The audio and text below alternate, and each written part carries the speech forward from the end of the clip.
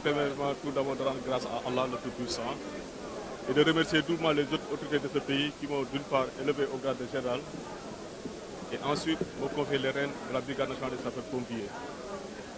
C'est en promotion interne, un sentiment de fierté et de satisfaction pour l'ensemble des personnels sapeurs-pompiers, en particulier comme ceux qui sont partis à la retraite, mais aussi de mon côté, c'est une invite à travailler plus pour contribuer réellement à l'émergence de la Brigade nationale des sapeurs-pompiers.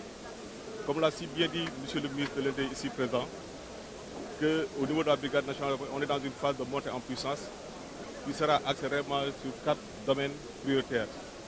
D'abord, le renforcement, la maîtrise des effectifs, le renforcement des capacités opérationnelles, la densification du maillage et enfin travailler sur la médicalisation des secours avec une phase intermédiaire, la paramédicalisation. Enfin, ce sont les 4 domaines sur lesquels on va faire beaucoup de focus pour vraiment améliorer les conditions de travail des sapeurs-pompiers et satisfaire pratiquement toutes les demandes de secours des populations. C'est comment pour la gestion des ressources humaines. Actuellement, l'État nous a confié depuis 2012, chaque année on a un appui de 500 éléments qui viennent en rapport au niveau de la brigade des sapeurs-pompiers, nonobstant des gens qui partent à la retraite. Et ça, on a l'appui aussi des forces de défense et de sécurité, notamment l'armée et la gendarmerie qui contribuent fortement à la formation des personnels.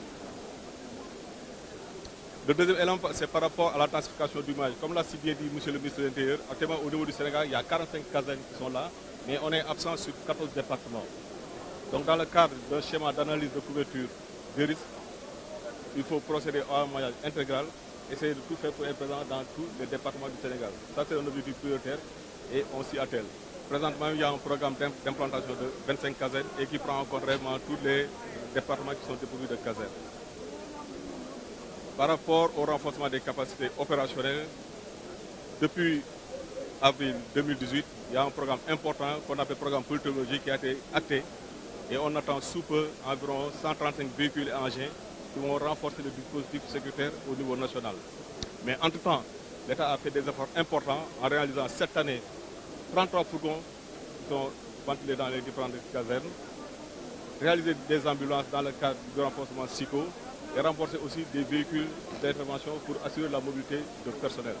Donc sur le plan logistique, il y a des efforts conséquents qui sont là et qui doivent être poursuivis. Par rapport à la médicalisation des secours, on travaille de concert avec le SAMU national pour réellement dans un premier temps passer à une première phase, c'est-à-dire la paramédicalisation. Avec l'apport de l'armée et des médecins militaires, on va faire le bond qualitatif dans le cadre de la médicalisation des secours.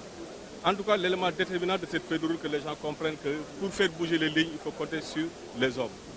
On a besoin des hommes qui sont bien capacités, bien formés, avec un matériel adéquat pour nous permettre vraiment de faire déplacer les lignes.